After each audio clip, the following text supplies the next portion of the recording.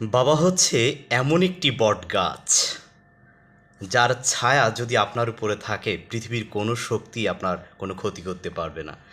আমরা এই যে 25-26 বছর বয়সে এসে যখন চাকরি বা বিভিন্ন বিষয়ে না পাওয়ার কারণে, অনেকগুলো বিষয়ে চাওয়ার পরে না পাওয়ার কারণে হতাশ হয়ে যায়, তখন ঠিকই 65 বছরের বয়সের বাবা বলে যে আল্লাহ ভরসা, চিন্তা করিস না, বাবা তো এখনও আছি।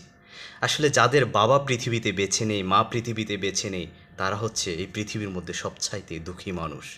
তাই মন খারাপের কিছু নেই, সবাইকে তো একদিন চলে যেতে হবে। তাই বাবার স্মরণে দুইটা লাইন গাই।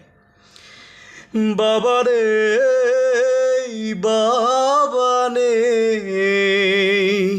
মানতে পারি না কিছুতে, বাবানে,